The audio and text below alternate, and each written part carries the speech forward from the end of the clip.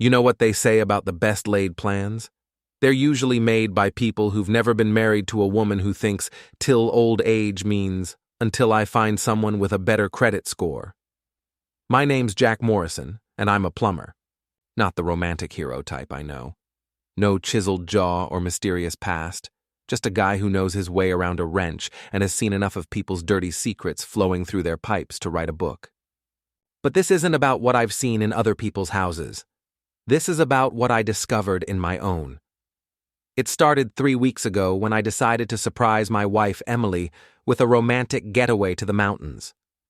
We'd been married 15 years, had a daughter who barely looked up from her phone to acknowledge my existence, and somewhere along the way, we'd stopped talking about anything that mattered. I figured a long weekend away might remind us why we fell in love in the first place. "You can't come to the office party next Friday," Emily said, not looking up from her laptop. She was sitting at our kitchen table, surrounded by marketing materials for her job at Pinnacle Creative Solutions. Her blonde hair was pulled back in that severe bun she'd started wearing since her promotion to senior account manager. "What do you mean I can't come?" "My boss thinks I'm single, and I need this promotion." She finally looked at me, her green eyes cold as January rain. "It's better if you just don't." I stood there holding the vacation brochure, feeling like I'd been punched in the gut by a ghost. "Your boss thinks you're single?" "It's complicated, Jack. You wouldn't understand. Right there. That's the moment I should have known." But like most husbands, I was an optimist wrapped in denial, tied up with a bow made of wishful thinking. I canceled the vacation that afternoon. 2 days later, I was fixing the sink in our daughter Emma's room when I knocked her tablet off the counter. The screen lit up, and there it was, a text thread that made my blood turn to ice water. "Emily, can't wait to feel you inside me again tonight." "Boss man, your husband suspect anything?" Emily, "Jack, please. He's too busy with his loser plumbing jobs to notice I'm alive. I swear, sometimes I think I married a janitor with a truck." I sat on Emma's bed staring at the screen, feeling something inside me break apart like a pipe bursting in winter.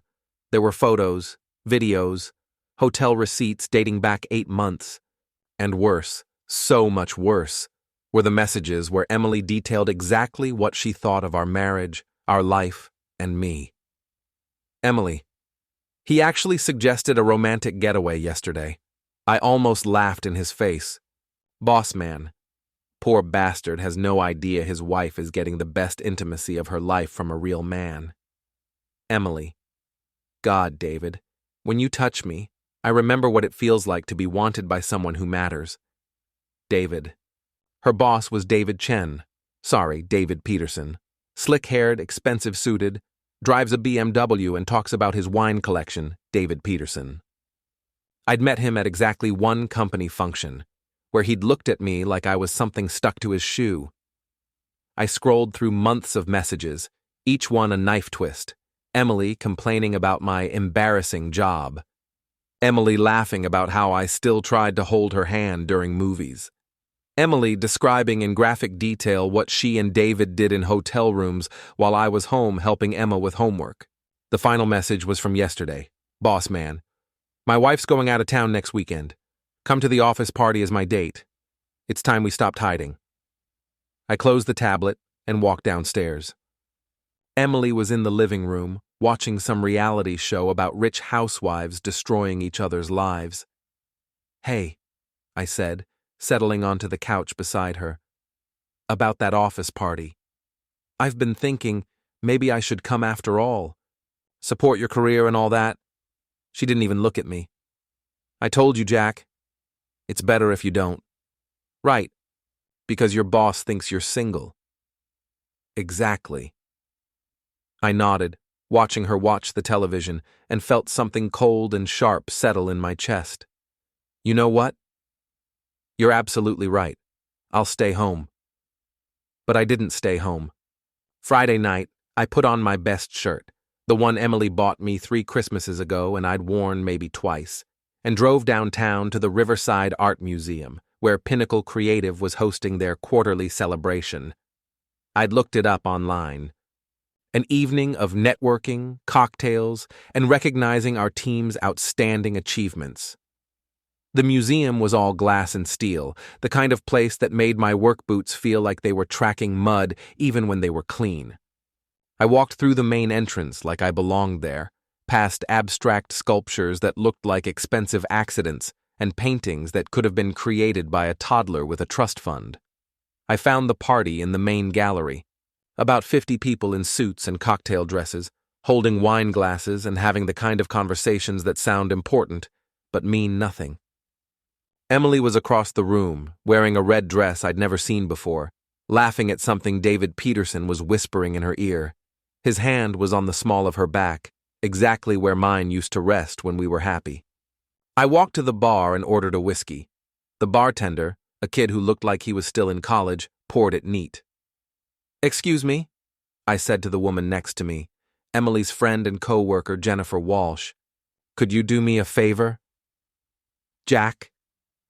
Jennifer's face went pale. "What are you doing here?" "I need you to get everyone's attention.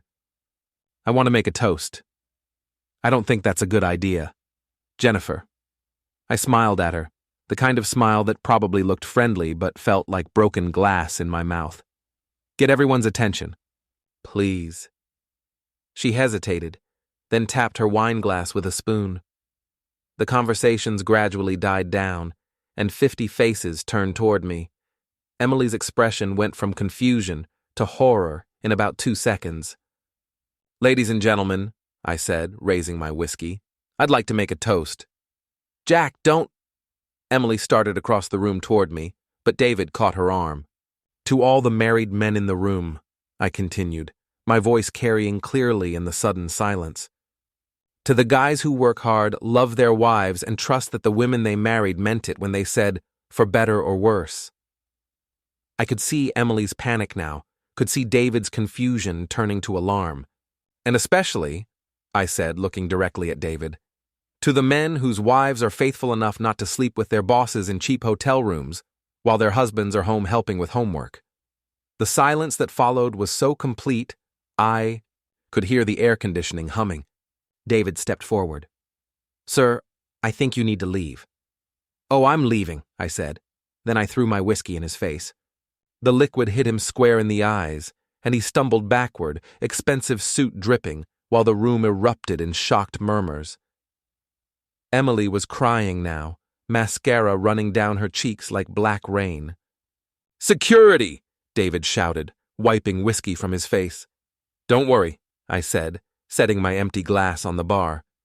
"I'm done here." I walked out the way I came, past the expensive accidents and trust fund art, while behind me the party dissolved into chaos. In the parking lot, I sat in my truck for 10 minutes, hands shaking, before I could start the engine. When I got home, there was an envelope on the kitchen table, expensive paper, gold lettering, a wedding invitation. "Mr. and Mrs. Robert Peterson request your presence at the marriage of their son, David Michael Peterson, to Miss Rebecca Ann Sullivan." David Peterson was getting married. Next month. To someone named Rebecca Sullivan, not to my wife. Emily was just the side piece. I started laughing then, sitting alone in my kitchen at midnight, holding an invitation to my wife's lover's wedding to another woman. I laughed until my sides hurt, until tears ran down my face, until the sound echoing off the walls didn't sound like laughter anymore. That's when I knew this story wasn't going to end with me quietly accepting my fate. It was going to end with me burning their whole world down. Emily didn't come home that night, or the next, or the one after that. She moved in with her sister Lisa across town, taking half our furniture and all of our daughter's sympathy with her. By Monday morning, Emma was looking at me like I was a stranger who'd murdered her real father and moved into his house. "Mom says you humiliated her at work," Emma said over breakfast. She was 17, had Emily's green eyes and my stubborn streak, and right now she was wielding both like weapons. "She says you've been controlling and emotionally abusive for years." I looked up from my coffee. "Is that what she told you?" "She didn't have to tell me. I've seen how you treat her." "How do I treat her, Emma?" Like she owes you something. Like she's not allowed to have friends or a career or anything that doesn't revolve around you.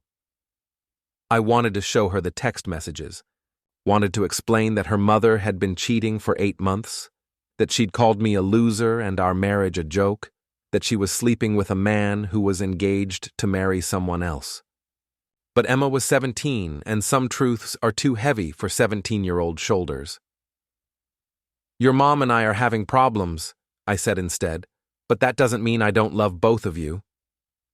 Emma grabbed her backpack and headed for the door. Whatever, Dad. Mom's picking me up after school. I'm staying with her and Aunt Lisa tonight. Emma. The door slammed behind her, leaving me alone with my coffee and the growing realization that I was losing everything that mattered. The rumors started that afternoon. By Tuesday, they were spreading through our neighborhood like a virus. By Wednesday, they'd reached my customers. Mrs. Henderson, who'd been using Morrison plumbing for 10 years, called to cancel her bathroom renovation. I'm sorry, Jack, but after what I heard about you and Emily, I just think it's better if I find someone else. What did you hear, Mrs. Henderson? Well, I don't like to repeat gossip, but Jennifer Walsh's mother told me that you've been difficult, that Emily had to move out because she was afraid of you.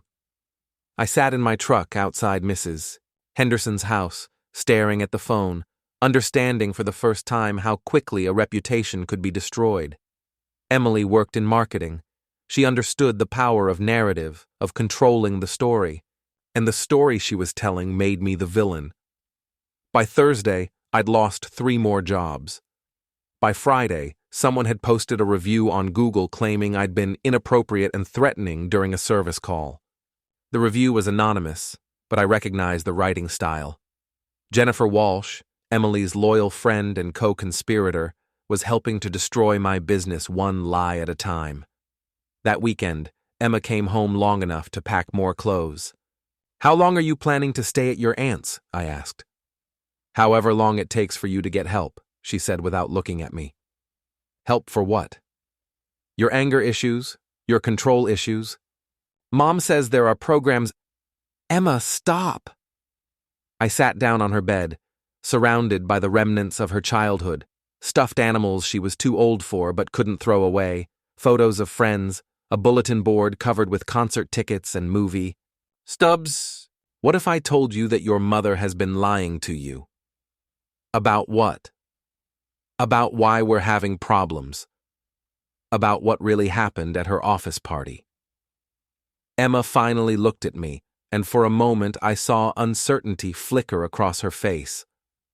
Then her phone buzzed with a text, and the moment was gone. I have to go, she said. Mom's waiting. After she left, I sat in the empty house, listening to the silence. The refrigerator hummed. The clock on the mantel ticked. Somewhere in the walls, pipes carried water to empty rooms. I opened a beer and called my best friend Mike Kowalski, who owned a gym downtown where guys like me went to hit things legally. Jesus, Jack, Mike said when I told him what was happening. Emily's really going scorched earth on you. It gets better. Her boyfriend's getting married to someone else next month. No shit. I've got the wedding invitation to prove it. She's been screwing a guy who's engaged to marry another woman, and somehow I'm the bad guy in this story. Mike was quiet for a moment. You know what you need? A new wife? A time machine? A lobotomy? You need to start training. Training for what? For the fight of your life, brother. Because this isn't over. Not by a long shot. Monday morning, I drove to Mike's gym instead of going to work. The place smelled like sweat and determination, filled with heavy bags and the sound of men working out their frustrations with their fists. Mike put me through a workout that left me gasping and grateful for the pain.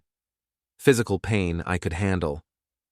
Physical pain made sense. You're in better shape than I expected, Mike said afterward. All that plumbing work kept you strong. I feel like I'm falling apart. That's because you are. But falling apart isn't the end of the story. It's just the middle.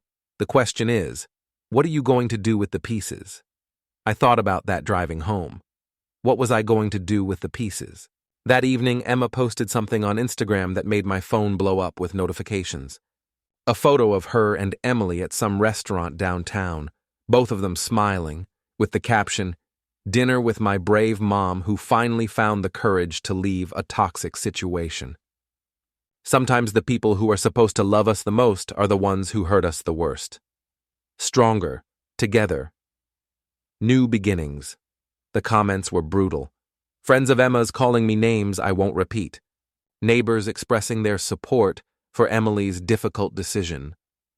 Jennifer Walsh writing a long paragraph about how proud she was of Emily for prioritizing her safety and well-being. I stared at the screen until the words blurred together, feeling something cold and hard crystallize in my chest. They wanted a villain? They wanted to paint me as the monster in this story? Fine. Let me show them what a real monster looked like. I started by cutting off Emily's access to our joint checking account. Not illegal. My name was on it too. But it meant her new lifestyle of hotel rooms and expensive dinners with David Peterson was about to get a lot more complicated. Then I canceled Emma's car insurance, also not illegal. I was the one paying for it. If Emma wanted to drive, she could ask her brave, independent mother to handle it. The calls started within hours. "Jack, what the hell are you doing?" Emily's voice was shrill with panic. "I can't access our account." "Our account? Funny, I thought you wanted nothing to do with our anything. Don't be childish. I need money for basic expenses. Get it from David." Oh wait, he's probably saving up for his honeymoon with Rebecca. The silence stretched long enough that I wondered if she'd hung up. "You bastard," she finally whispered. "You ain't seen nothing yet, sweetheart." Emma called 20 minutes later. "Dad, my car insurance was canceled. The agent said you requested it." "That's right.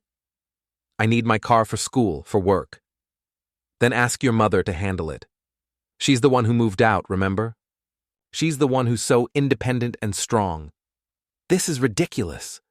"You're punishing me because you're mad at Mom." "I'm not punishing you, Emma. I'm just not subsidizing your mother's new life anymore. There's a difference." That weekend, I moved out of the house and into the spare room above Mike's gym. It wasn't much. A bed, a dresser, a hot plate, and a mini fridge. But it was mine. No memories of Emily in every corner. No photos of happier times mocking me from the mantelpiece. "You sure about this?" Mike asked, helping me carry up my clothes. The house was never really mine anyway. Emily picked out the furniture, the paint colors, the curtains. I was just the guy who paid for it all. What about Emma? Emma made her choice. She wants to believe her mother's version of events. That's her right. But I'm done pretending to be the grateful husband who should just accept being cheated on and lied about. Monday morning, I put my plan into action. David Peterson lived in a penthouse downtown, one of those glass towers that looked impressive from the outside and soulless from within. But here's the thing about expensive buildings. They all need plumbing. And plumbers have access to places other people can't go. I'd done work in the building 6 months ago, installing new fixtures in the lobby bathroom. I still had the building manager's number, and contractors who'd proven themselves reliable could usually get access for emergency repairs without too many questions asked. "Yeah, we've got a water pressure issue on the 15th floor, I told the building manager. "Tenant called it in this morning. Said it's affecting multiple units. Can you handle it today?" "I'm here now, if you want to let me up." The building manager met me in the lobby, signed me in, and gave me a temporary access card. "Peterson's unit is 1507. He's at work, but his girlfriend might be there. Blonde woman, real friendly." I almost laughed. Emily was there, all right. Probably planning her next move, figuring out how to spin this whole situation to make herself look even more like the victim. But when I knocked on the door of 1507, no one answered. I used the access card the building manager had given me, perfectly legal for emergency repairs, and stepped into David Peterson's world. The place was exactly what I'd expected.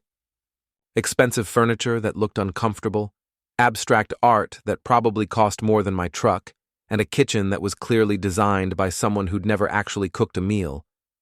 But it was the bedroom that really told the story. Emily's clothes were in the closet. Her makeup was scattered across the bathroom counter. Her perfume, the same perfume I'd bought her for our anniversary 2 years ago, was sitting on the nightstand next to a photo of her and David in what looked like a hotel room. I stood there for a moment, taking it all in. This was where my wife came to play house with another woman's fiancé. This was where she laughed about my loser job and planned her new life without me. I got to work. First, I went to David's walk-in closet and found his collection of expensive suits. Armani, Hugo Boss, custom tailoring that probably cost more per suit than I made in a month. I took out a can of spray paint, bright red, and wrote "cheater" across the back of every jacket. Then I went to the master bathroom and got creative with the plumbing. A few strategic adjustments to the water pressure, a small modification to the shutoff valve, and the next time someone turned on the shower, they'd get a surprise that would flood the marble floor and probably damage the hardwood in the bedroom. Finally, I left a note on the kitchen counter. David, enjoyed redecorating your closet and upgrading your plumbing. Don't worry about payment. Consider it a wedding gift for you and Rebecca. P.S. Tell my wife her perfume smells better in our bedroom. Jack Morrison, licensed plumber. I was back in my truck and halfway across town before David Peterson even knew what had happened. That evening, my phone rang. David's voice was so loud I had to hold the phone away from my ear. "I'm calling the police." "For what? Emergency plumbing repair? I was invited into your building by the manager. I have the paperwork to prove it. You destroyed my property. I improved your property. That new shower system I installed? Way better water pressure. You should thank me." "This isn't over, Morrison." "You're right," I said. "It's not." But David Peterson didn't call the police. Couldn't call the police, because what was he going to tell them? That his married girlfriend's husband had found out about their affair and decided to redecorate his closet? That would require explaining why Emily's belongings were in his apartment in the first place, which might get back to his fiancée Rebecca, who probably wouldn't appreciate learning about his extracurricular activities. The next morning, Emma posted another Instagram story. This time it was a video of her crying, talking about how her father had completely lost it and was stalking and harassing her mother's friends. The comments were even worse than before. People I'd known for years, neighbors I'd helped with plumbing emergencies, customers whose pipes I'd fixed for free, they were all lining up to condemn me based on a 17-year-old's social media post. But the comment that really got to me was from Jennifer Walsh. "So sorry you're going through this, Emma. Your mom is so brave for protecting both of you from this escalating situation. Stay strong, Jennifer Walsh." Emily's best friend and co-conspirator, the woman who'd been helping spread lies about me all over town, who'd written fake reviews to destroy my business, who was probably in on this whole thing from the beginning.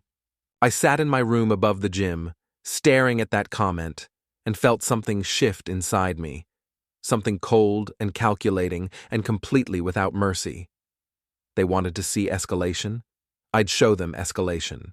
It took me 3 days to figure out the truth about Jennifer Walsh, and when I did, everything else made sense. Jennifer hadn't just been helping Emily destroy my reputation, she'd been orchestrating the whole thing. 5 years ago, when I was expanding Morrison Plumbing, I'd hired Jennifer as a part-time bookkeeper. She'd lasted exactly 6 weeks before I caught her skimming money from customer payments and fired her on the spot. Apparently, Jennifer had been waiting 5 years for payback. I discovered this by doing what any good plumber does when something doesn't make sense. I followed the pipes. In this case, the pipes were digital. Jennifer's social media posts, her Google reviews, her comments on Emma's Instagram, they all had timestamps, and when I mapped them out, I realized she'd been posting negative reviews about my business since the day after Emily moved out. She'd been calling my customers, spreading rumors, poisoning the well before I even knew there was a problem. But Jennifer had made one crucial mistake. She'd gotten greedy. While she was busy destroying my reputation, she'd also been positioning herself to take over Emily's job at Pinnacle Creative. I found out because Mike's wife worked in HR at a company that did business with Pinnacle, and the marketing world in our city was smaller than people thought. Jennifer Walsh has been bad-mouthing Emily Peterson to anyone who'll listen, Mike's wife told us over dinner. Says Emily's judgment is compromised because of her personal situation, that she's unreliable, that the company needs someone more stable in that position. Jennifer's been playing both sides, I realized. Helping Emily destroy me while positioning herself to take Emily's job. There's more, Mike's wife continued. Word is, Jennifer's also been sleeping with David Peterson. Started before Emily, apparently. She's the one who introduced them. I sat back in my chair, feeling pieces of the puzzle click into place. Jennifer had introduced Emily to David, encouraged the affair, helped Emily justify leaving me, and now she was working to push Emily out of her job and her relationship. Jennifer wasn't Emily's friend. She was a puppet master pulling everyone's strings. What are you thinking? Mike asked. I'm thinking it's time for a family reunion. The annual Riverside Block Party was scheduled for Saturday. It was one of those community events that nobody really wanted to attend, but everyone felt obligated to support. Local businesses setting up booths, a small stage for announcements and presentations, families pretending to have fun while the adults gossiped and the kids played on their phones. I knew Emily would be there. She'd posted about it on Facebook, something about supporting our community during difficult times and showing Emma that we can still be strong together. David would probably be there too. It was the kind of networking event that guys like him lived for. And Jennifer would definitely be there because she never missed an opportunity to be seen supporting the right causes with the right people. I spent Friday night preparing. Not weapons or anything dramatic. I'm not a psychopath. But I did gather evidence. Screenshots of Jennifer's fake reviews, timestamps showing her coordinated campaign against my business, photos of her with David Peterson from social media, dated months before Emily's affair started. And the piece de resistance, a recording I'd made during a phone conversation with one of my former customers, where Jennifer had called pretending to be from the Better Business Bureau, asking leading questions designed to make me look bad. Saturday afternoon, I arrived at the block party wearing my best jeans and a clean t-shirt. I looked like what I was, a working-class guy trying to blend in at a community event. Nobody paid attention to me, which was exactly what I wanted. The stage was set up at the north end of Riverside Park, with a microphone and speakers for announcements. I watched Emily and Emma working at a booth for some local charity, both of them smiling and playing the part of the brave mother and daughter overcoming adversity. David was across the park, glad-handing potential clients and checking his phone every 5 minutes. And Jennifer was everywhere, moving from group to group, spreading her poison with a smile. At 4 o'clock, the mayor took the stage to thank everyone for coming and recognize some local volunteers. When he finished, he asked if anyone else had announcements to make. I raised my hand. Jack Morrison, I called out. I'd like to say a few words about community and friendship. I saw Emily's face go white. David started moving toward the stage, but he was too far away to stop me. Jennifer looked confused, like she couldn't figure out what I was doing there. I walked up to the microphone, looked out at the crowd of maybe 200 people, and smiled. Hi, everyone. For those who don't know me, I'm Jack Morrison. I run Morrison Plumbing here in town, and I've lived in this community for 20 years. I've fixed your pipes, unclogged your drains, and been in your homes during emergencies. You've trusted me with your problems, and I've tried to earn that trust every day. The crowd was listening politely, probably wondering where this was going. Recently, my marriage ended. My wife Emily decided she wanted something different, someone different, and that's her right. Divorce happens. Hearts change. I get it. I could see Emily in the crowd, tears already starting, Emma beside her looking mortified. But what I don't get is the campaign of lies that followed. The fake reviews attacking my business. The rumors about abuse and control and anger issues. the systematic destruction of my reputation by people who knew better. David had reached the edge of the stage, but security, 2 off-duty cops working the event, were keeping him back. So I did some investigating. And you know what I found? I found that my wife's best friend, Jennifer Walsh, has been orchestrating this whole thing.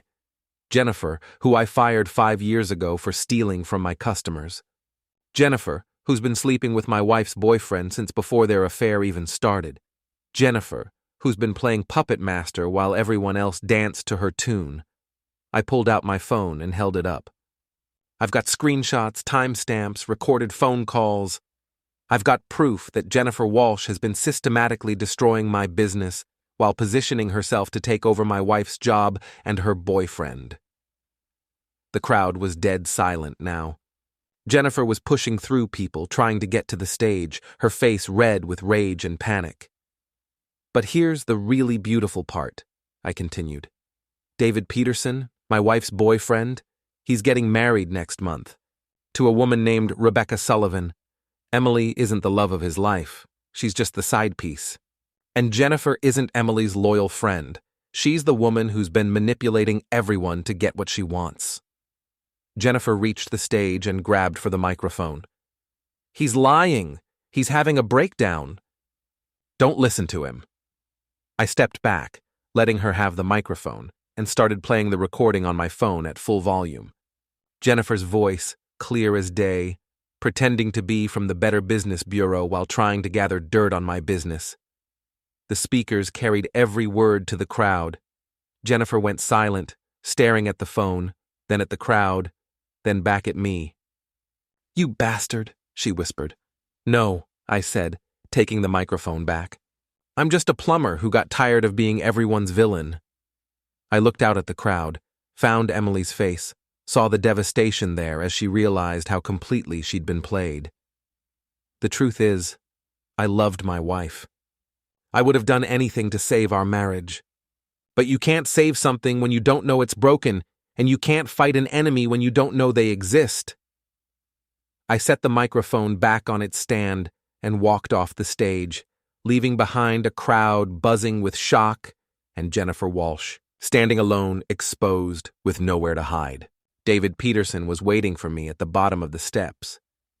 "You think you've won something?" he said. I looked at him. Expensive haircut, perfect teeth, suit that cost more than most people made in a month, and felt nothing but pity. "I think," I said, "you should probably call Rebecca and explain why your engagement photos are going to be all over social media by tomorrow morning." His face went gray. "What photos?" I held up my phone, showed him the screen. Photos of him and Emily, him and Jennifer, him and both of them together. Photos that Jennifer had been taking and saving, probably for blackmail, but that I'd found on her cloud storage after some creative password guessing. Jennifer's been documenting everything, David. Every affair, every lie, every betrayal. She's got photos, videos, text messages, and now, so do I. I walked away, leaving him standing there, probably calculating how much his wedding was going to cost him when Rebecca found out what kind of man she was about to marry. Behind me, I could hear the crowd still buzzing, still processing what they'd learned. Emily was crying. Emma was shouting at someone. Jennifer was trying to explain herself to people who were no longer listening. For the first time in months, I felt like I could breathe. David Peterson's luxury car dealership was having its grand reopening the following Friday. Peterson Premium Motors had been closed for renovations, and David was throwing a big party to celebrate the relaunch.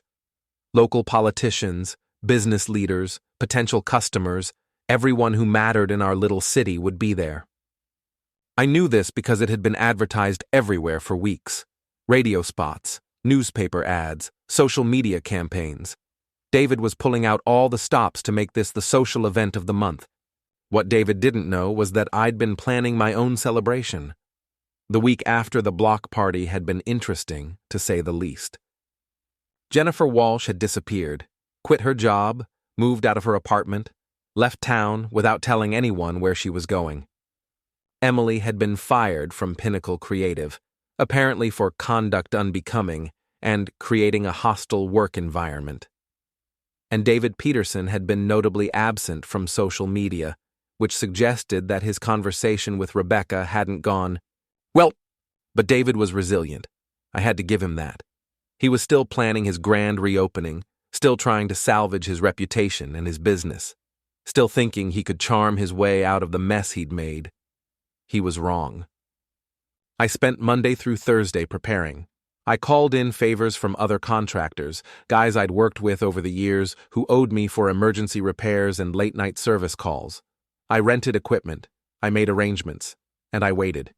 Friday evening, I arrived at Peterson Premium Motors at exactly 6 o'clock, right when the party was supposed to start. The dealership was lit up like Christmas, with spotlights on the cars and a red carpet leading to the main showroom. There was a stage set up in the center of the lot, with a podium and a sound system for speeches. Catering tables lined one side of the building, and a bar had been set up near the service entrance. David was working the crowd in his element, shaking hands and making small talk, pretending that the events of the past week hadn't happened. He was wearing another expensive suit. Apparently, he'd replaced the ones I'd decorated with spray paint, and his smile was so bright it could have powered the spotlights.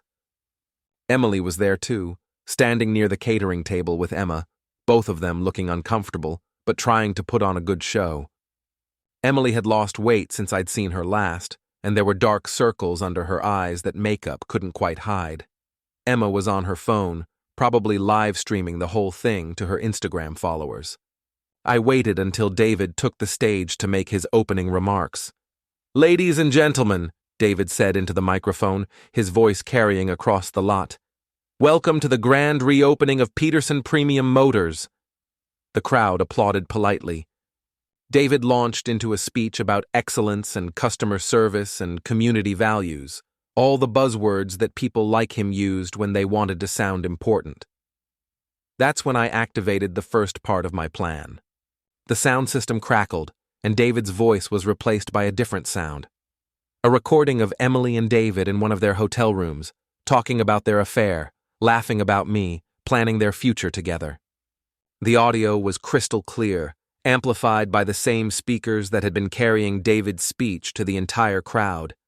David lunged for the microphone, but the recording wasn't coming from there. I'd hacked into the sound system earlier that day, using skills I'd learned from my electrician friends. The audio was being broadcast from a remote source, and there was no way to stop it without cutting power to the entire system. "Your husband suspect anything?" David's recorded voice asked. "Jack? Please, he's too busy with his loser plumbing jobs to notice I'm alive," Emily's voice replied. The crowd was dead silent, everyone staring at the speakers, then at David, then at Emily, who looked like she wanted to disappear into the asphalt. But I wasn't done. The second part of my plan involved the giant LED screen that David had rented to display promotional videos about his cars. As the audio continued playing, the screen lit up with something else entirely. Screenshots of text messages between Emily and David, photos of them together, hotel receipts, and most damaging of all, screenshots of conversations between David and Jennifer Walsh, where they discussed manipulating Emily and destroying my business. David was frantically trying to shut down the equipment, but I'd made sure it wasn't that simple. The system was running on battery backup, and the controls were locked behind passwords that only I knew. The crowd was buzzing now, people pointing at the screen, reading the messages out loud, putting together the pieces of the story. I saw several people taking photos and videos with their phones, which meant this would be all over social media within minutes. But I still wasn't done. The third part of my plan was the most satisfying. While David was distracted by the audio and video show, I was implementing the physical component of my revenge. I'd spent the week planning this with military precision, and now it was time for the finale. I walked to the tow truck I'd borrowed from Mike's cousin, a massive thing with a hydraulic lift and enough power to move anything on wheels. The truck was parked across the street, where I'd been waiting for exactly the right moment. David's pride and joy, his personal vehicle, was a cherry-red Ferrari parked in the place of honor right in front of the dealership. It was probably worth more than I'd make in 5 years, and David had positioned it so everyone could see it when they arrived. I fired up the tow truck and drove it slowly across the street, through the parking lot, past the stunned crowd and the still-playing audio of Emily and David's affair. David saw me coming and started running toward his car, but he was too late. I positioned the truck, lowered the lift, and hooked up the Ferrari with practiced efficiency. Then I raised it up, the beautiful red sports car dangling from my truck like a caught fish. "What are you doing?" David screamed, running up to the truck. "Put it down! That's a $200,000 car." I rolled down the window and looked at him. "Send me a bill," I said. Then I drove the truck forward, just fast enough to build momentum, and slammed on the brakes.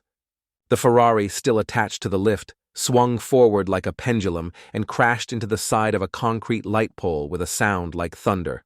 Metal crumpled, glass shattered, and $200,000 became about $50,000 in scrap metal. The crowd gasped, several people screamed, and David Peterson stood there staring at the wreckage of his car with his mouth hanging open. I lowered the lift, unhooked the Ferrari, and drove the tow truck back across the street to its original parking spot. Then I walked back to the dealership, past the stunned crowd, past the still-playing audio of Emily and David's betrayal, past the LED screen still displaying their text messages. Emily was crying again.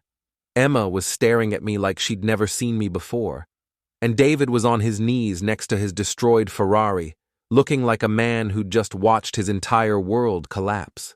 I walked up to Emily, who was standing near the catering table with tears streaming down her face. "You wanted me out of your life," I said quietly, so only she could hear. "You wanted to be free to sleep with whoever you wanted, to live whatever life you thought you deserved. You wanted to destroy my reputation, my business, my relationship with our daughter." She looked up at me, mascara running down her cheeks like black rivers. "Well, congratulations," I continued. "You're free. Free from your job, free from your boyfriend, free from your best friend who was manipulating you from the beginning. You have nothing left but regrets and the knowledge that you threw away 15 years of marriage for a man who was never going to choose you." "Jack, please."